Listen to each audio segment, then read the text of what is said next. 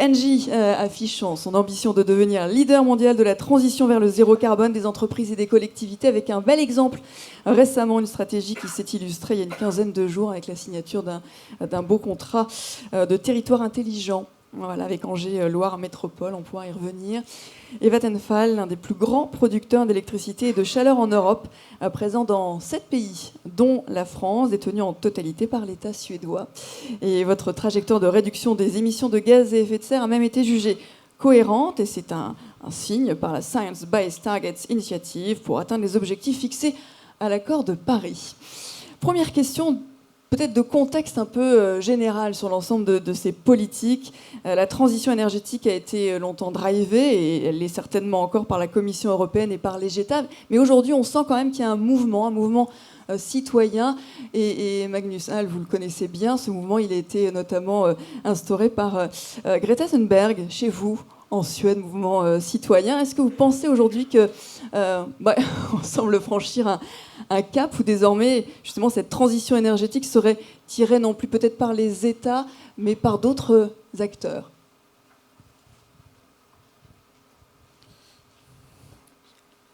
Yeah, absolutely. I do think so, and I think we're at, I don't know if it's a tipping point, but clearly I think we can see now how the discussion around the climate change is reaching the tables of the big companies.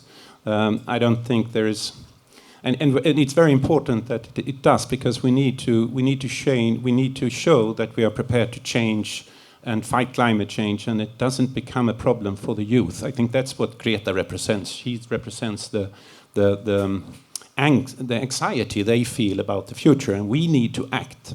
And I think we are in a situation right now where big companies are marrying their own strategies together with the climate change challenges that we see. And I'm absolutely sure that if you don't, I think you will lose out. And that's when you see the real power come to change, is when you will see companies, societies working together, and you embed this in the strategy of the companies. I think you will see much more powerful change, because you will redirect capital, you will see competition increasing around those issues. So I think we have come to this point, and I can only refer to our own discussions in my own company. We are quite involved in discussions around electrification. Of course, it's the subject base. We are very much engaged in all the 3 areas where you look at electrification, but particularly you can say in industry, and we have lots of contacts with industrial companies now, really wanted to make sure that they are at the forefront of change. And it might cost some money, and I think it will in the beginning. We need to have support also from politicians for that. But over time, this strength coming out of this discussion will really make the difference, in my view. Voilà, on reviendra évidemment sur l'importance de la force du politique. Peut-être Isabelle Kocher, quel est votre regard, vous, sur ces nouveaux acteurs prescripteurs, citoyens? Comme Magnus vient de le dire, je crois vraiment que les acteurs économiques, au fond, ont pris le relais des États. La première phase de la transition énergétique, elle a été massivement poussée par les États, à vrai dire eux-mêmes poussés par la société, bien sûr. Mais ce qui est frappant, là, je trouve, dans ce qui se passe, c'est que les entreprises, les collectivités locales sont vraiment en train d'accélérer. Pour elles, au fond, c'est une question réputationnelle majeure.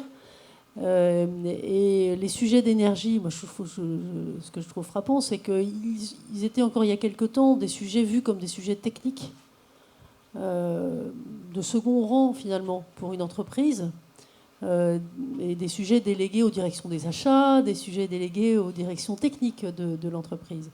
Et aujourd'hui, la roadmap transition énergétique ou la roadmap zéro carbone, c'est un sujet de CEO.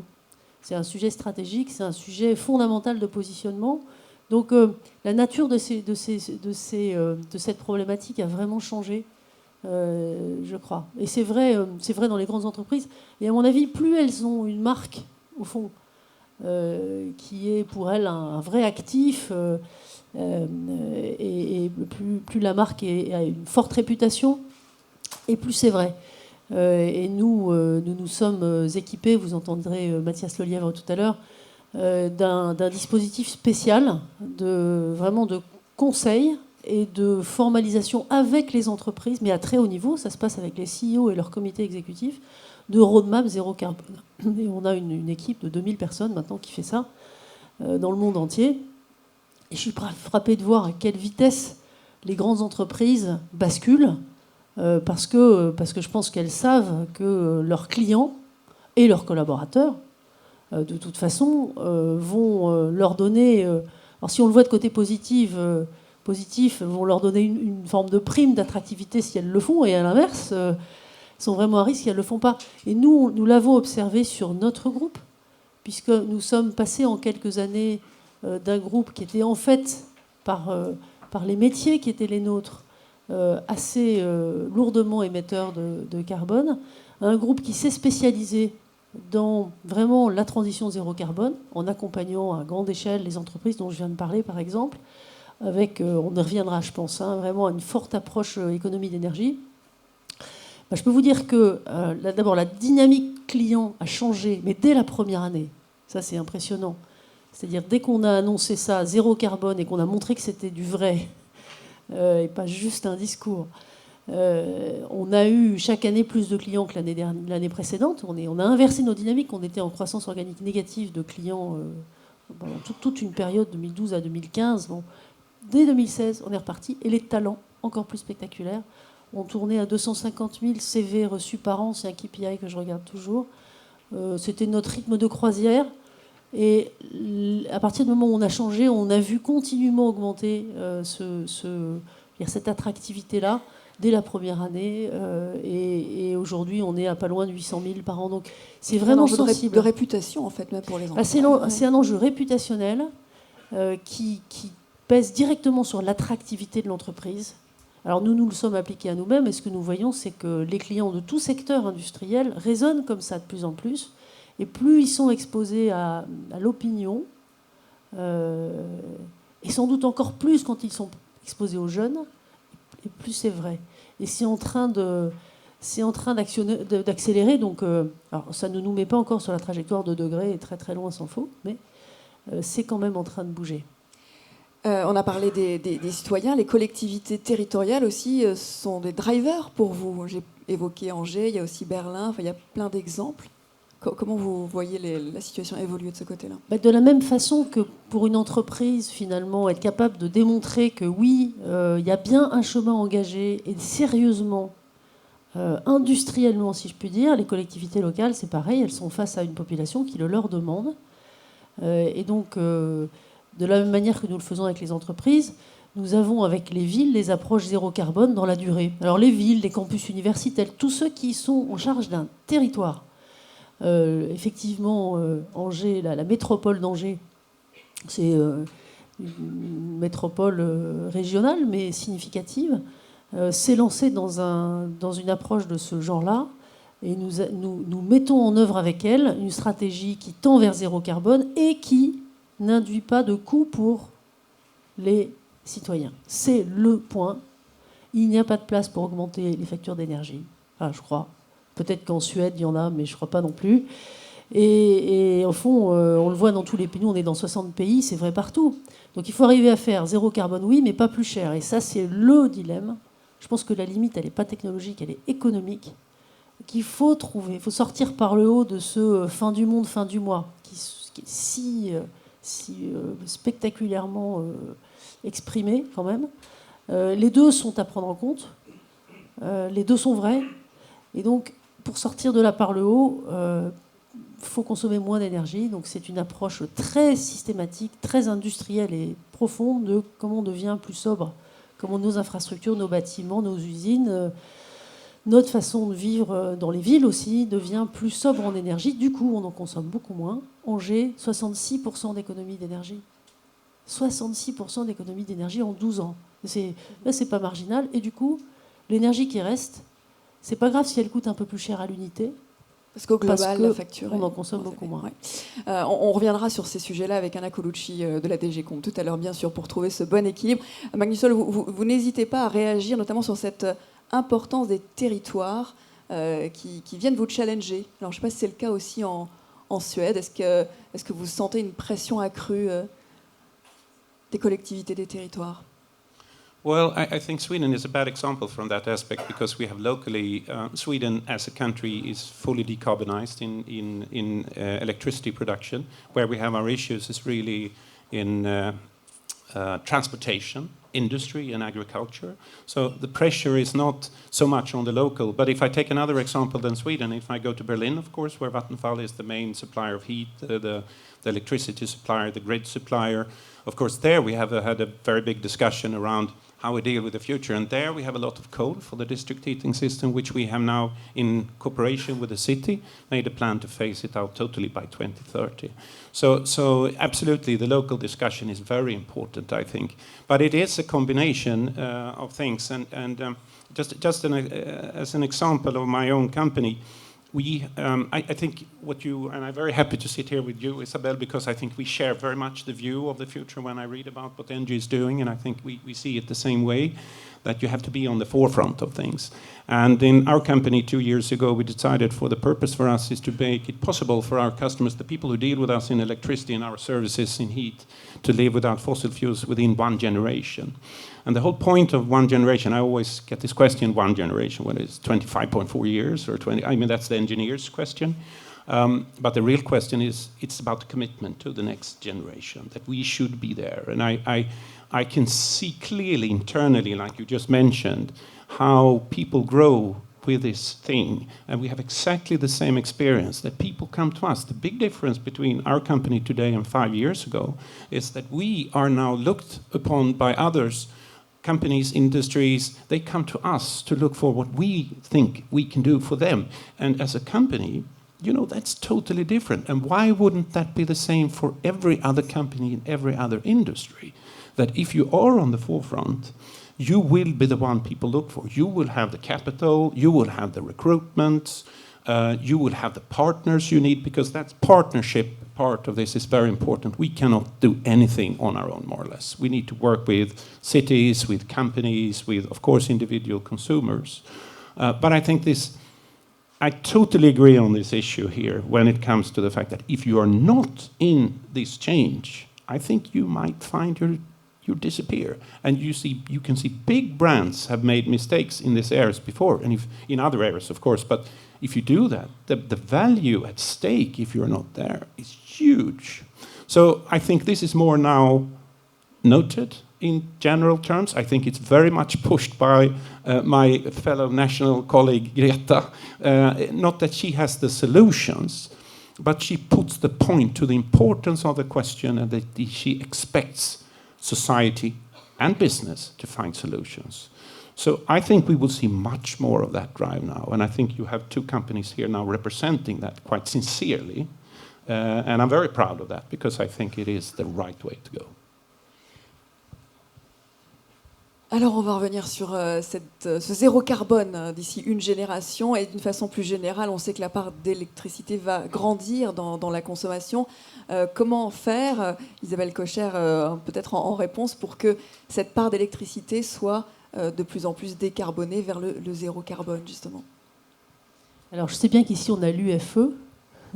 Oui. Je dirais aussi un mot du cocktail, parce que moi je ne crois pas à un avenir tout électrique. Alors nous sommes très électriques et très gaz, donc assez libres de parole. Et nous pensons qu'en fait il y aura les deux. Et qu'il y aura évidemment l'électricité d'un côté, dont le contenu carbone va tendre vers zéro, et puis il y aura du gaz de l'autre, un vecteur gazier, disons, dont le contenu carbone va tendre vers zéro, avec... Comme on a d'ailleurs côté électrique un bouquet de renouvelables, on aura un bouquet de renouvelables gaziers qui sera de l'hydrogène, qui sera du biogaz, qui sera du gaz de synthèse. Bon, mais qui a l'avantage de se stocker sur la très longue durée, alors qu'on sait bien que les batteries, j'ai un spécialiste en face de moi qui vit ça tous les jours. C'est compliqué. Donc je crois qu'il va falloir qu'on soit capable d'être très en partenariat entre le gaz et l'électricité dans le futur. Et au fond, ensuite, la question devient d'orchestrer le passage progressif de cette électricité carbonée vers la décarbonée et de ce gaz carboné vers le décarboné. Je pense que l'orchestration, et j'emploie ce terme-là un peu à dessein, c'est très important. C'est-à-dire qu'il faut vraiment qu'on ait des milestones clairs, que la régulation européenne, française, en miroir, le soit, Et je pense que nous sommes dans un pays qui, côté électrique, en tout cas pour l'instant, et il se met au sujet gazier là en ce moment, mais a donné des signaux clairs. On peut toujours discuter des ambitions, etc. Mais quand même. Je pense que le chaînon manquant, en termes de mise en œuvre en tout cas, c'est la partie sobriété, quoi, hein. Ça ne passera pas si on ne diminue pas massivement les consommations d'énergie, parce que ça voudrait dire, pour les consommateurs, une augmentation des factures, à mon avis, difficile, voire insupportable. Donc, et ce volet-là, alors maintenant, il y a plus d'affirmation du fait qu'il est important. Quand vous regardez la politique européenne et les déclarations de la nouvelle présidente, il est très clair que l'efficacité énergétique est devenue un thème majeur. Alors, ce qui manque, c'est un plan industriel à la bonne échelle pour le faire. Et ça, bon, alors avec les entreprises, nous le faisons, et je ne suis pas tellement inquiète là-dessus, parce qu'elles sont rentrées, on le disait tout à l'heure, hein, elles sont rentrées dans ces démarches et elles savent gérer des démarches à 10 ans, 15 ans, 20 ans parfois. Nous signons des contrats de très long terme, 12 ans à Angers, 20 ans couramment, 50 ans parfois. Un contrat là, de 50 ans avec une université américaine où nous allons travailler en profondeur sur l'efficacité énergétique, investir 1,5 milliard dans la durée et absolument tout revoir. Et en fait, moderniser au fond, hein, le sujet, c'est implémenter de la technologie sobre. C'est de la croissance. Investir dans la sobriété, c'est de la croissance en fait. C'est moderniser les infrastructures, toutes les infrastructures qui consomment de l'énergie, l'éclairage évidemment, mais le chaud, le froid, la ventilation, le transport. Bon. Donc, les entreprises, elles vont y aller. Et puis elles en ont tellement besoin, comme disait Magnus tout à l'heure, qu'elles vont le faire. Et je pense qu'elles ont raison chaque fois qu'elles anticipent en fait. L'individu, il faut s'attaquer à la problématique de la réhabilitation des logements. Et là, je trouve qu'on peine, hein. Il y a des initiatives, d'ailleurs, dont nous sommes, nous, assez largement porteurs, hein, de changement de tout le matériel à la maison qui consomme de l'énergie, le chauffage, évidemment. Ça, c'est une chose. Nous le faisons à grande échelle. Nous avons en France presque 5000 personnes qui font ça à temps plein. Donc, c'est à l'échelle. Bon, je pense qu'on a besoin de politiques publiques stables en la matière, je le dis au passage. Ce qui est la prochaine étape, c'est la rénovation du bâti. Nous avons en France 7,5 millions de ce qu'on appelle passoires énergétiques, hein, les catégories F et G. Ce sont des gens qui payent leur énergie en moyenne annuelle plus cher que les autres, alors que souvent, ce sont des gens qui ont plutôt un pouvoir d'achat modeste, mais ils payent plutôt de 1 500 € par an que 1 500 € par an, qui est la moyenne en France. Donc là, il y a une vraie urgence quand même, et on bute. Voilà. Les temps de retour sont longs, c'est 20 ans, 30 ans. Il y a aussi le sujet propriétaire-locataire. Quand vous êtes le propriétaire, pourquoi diable est-ce que vous feriez des travaux si ce n'est pas vous qui faites les économies d'énergie? Donc il y a un tas de choses que le droit, la régulation ne règle pas encore et qu'il faut impérativement régler. Donc moi, j'appellerais vraiment à une mobilisation forte sur ce sujet-là, parce que si on revient à fin du monde, fin du mois, il faut vraiment s'attaquer à la racine à cette problématique pour faire en sorte qu'on aille vers la transition énergétique, mais d'une manière qui ne soit pas peineuse. Ah oui, trouver des mécanismes qui soit non seulement supportable, mais qui soit aussi l'occasion d'une étape, un pas suivant vers une vie plus agréable, plus confortable, parce qu'au passage, il s'agit évidemment de moderniser aussi, notre environnement. Ouais, bien sûr. Ce sera le thème de notre table ronde et on sait que c'est un sujet très important en début d'après-midi. On va revenir tout à l'heure sur la sobriété, peut-être sur l'industrie. Vous avez évoqué la nécessaire industrialisation de la filière. Vous êtes présidente du comité stratégique des filières, nouveau système énergétique. Est-ce qu'il y a encore la place et la possibilité de créer une vraie filière industrielle en France, compte tenu de la guerre des prix, notamment avec la Chine? Isabelle Kocher et puis Magnus. La réponse est oui, sinon je n'aurais pas accepté présider cette filière qui sous quelles conditions peut-être alors, qui réunit effectivement l'ensemble des acteurs de l'énergie avec un sujet qui est comment est-ce qu'on fixe en Europe et en France les industries correspondantes. Nous sommes des assembliers au fond, mais les équipements Les panneaux solaires, c'est pas un mystère, hein, ils sont quand même assez largement produits en Asie. Comment est-ce qu'on fait pour que la génération qui vient de technologie, il y aura de l'électrolyse, il y aura plus généralement la chaîne de l'hydrogène, il y a les nouvelles générations de solaire organique, par exemple. Comment est-ce qu'on fait pour qu'on ne fasse pas le même constat dans 10 ans? Qu'on a en fait, nous, là, assez largement payé pour la maturation de ces technologies, mais que c'est parti ailleurs. C'est ça notre challenge, je pense, ici, dans cette salle, on le partage. Donc nous faisons des propositions qui sont simples, en fait. Hein. Passer à l'échelle. L'hydrogène, c'est un sujet mondial. L'hydrogène, c'est une course de vitesse. Et donc, il faut organiser en France des projets de grande ampleur qui permettent aux industriels de l'électrolyse de s'implanter ici, de naître ici et de se développer ici. Voilà, donc ça commence comme ça. Deuxième sujet, peut-être à mentionner ce matin, c'est l'importance de ce qu'on appelle le contenu local.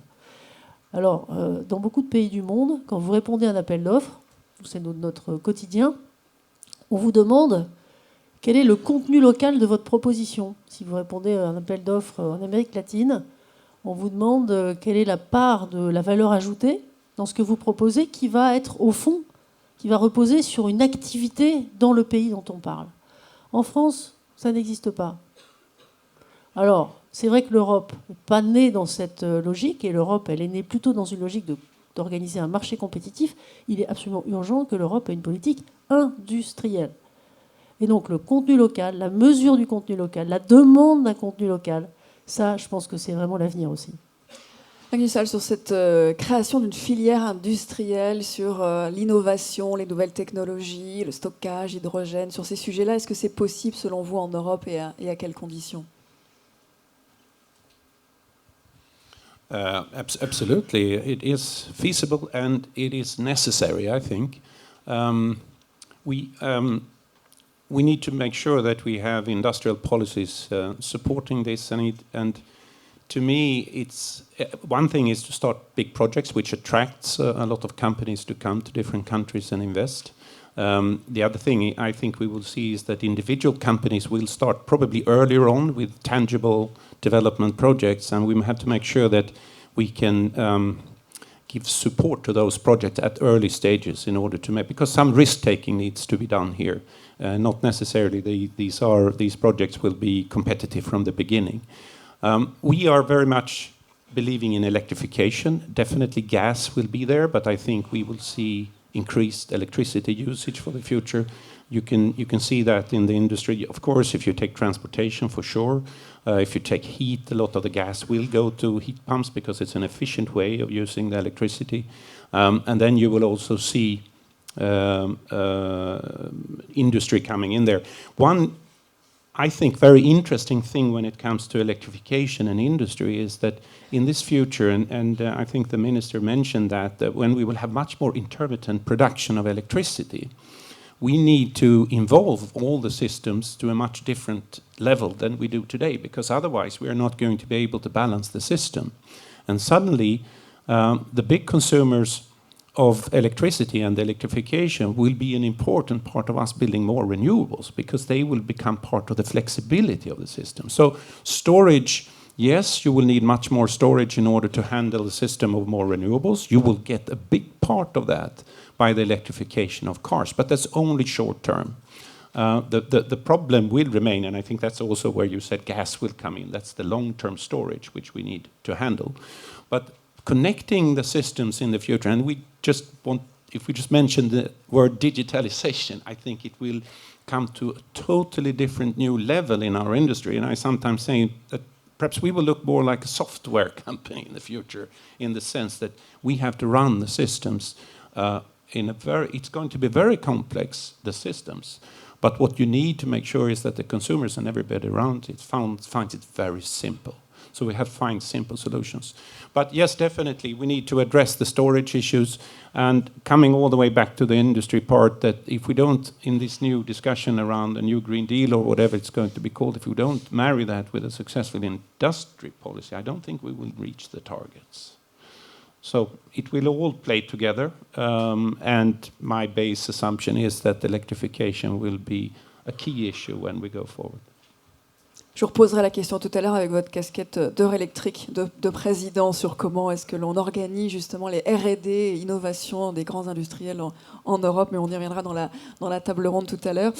Peut-être une dernière question. Alors vous l'avez dit, la Suède est un pays extrêmement décarboné.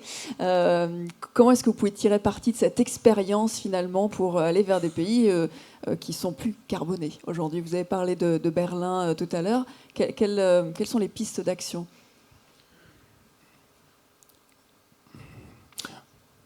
Where we will draw the main part of the experience, I think, is in industry, where we have developed several different projects in Sweden which are based on electrification. And that's one project where we are making steel based on hydrogen. Actually replace coal with hydrogen, and instead of CO2 you get H2O. That's water. It's quite simple. It's not as simple as you think, but we believe it's possible. The interesting thing that people might want to ask then is, well, how much more expensive will it be? Will there be customers for it? But we are now not the seller of the steel maker, but our partner in this project, the Swedish steel company called SSAB, they are absolutely overwhelmed with customers who want to be and take the first part of it. So that we can draw. The second part is that we are working with the cement industry.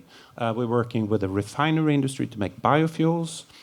So all of these issues, and I can also see a very big change for the chemical industry in Europe, where I think electrification will come in as an important part of the change agent going forward. So we can take all those, and we are right now taking all those experiences out of Sweden. And the reason why it's been concentrated in Sweden is that we don't really need to find our decarbonization solutions in the energy production or electricity production, because that's already in there. Now we need to take the next step, and that concentration has helped us to a certain extent. À l'étape suivante. Merci beaucoup Isabelle Kocher. Vous souhaitez dire un dernier mot justement sur comment on embarque un maximum de pays dans cette décarbonation, ceux qui sont pour l'instant, qui affichent encore une certaine, on va dire là on est à justement l'heure de grande réunion des États. Comment impulser ce vrai mouvement de décarbonation pour tous les pays selon vous? Les États, ils sont là pour créer les conditions.